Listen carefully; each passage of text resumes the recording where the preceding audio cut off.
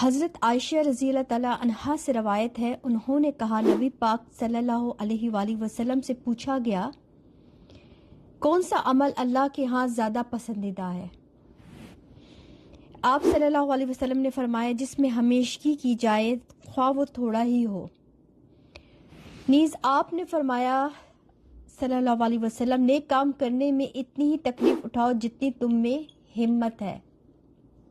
اسی طرح ایک اور روایت ہے، انہوں نے فرمایا کہ میں نے حضرت عائشہ رضی اللہ تعالیٰ عنہا سے پوچھا اے ام المومنین، نبی صلی اللہ علیہ وسلم کیوں کر عبادت کرتے تھے؟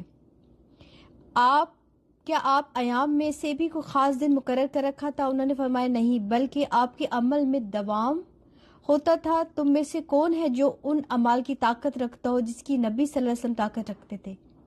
یعنی کہ تھوڑا عمل اور مسلسل عمل، یہ نبی پاک صلی اللہ علیہ وسلم کو بہت پسند ہے۔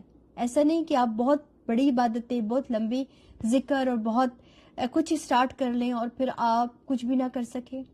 تھوڑا عمل لیکن مسلسل، یہ زیادہ بہتر ہے اس سے کہ ہم اپنے آپ کو تھکا دیں۔ جزاک اللہ۔ السلام علیکم رحمۃ اللہ وبرکاتہ۔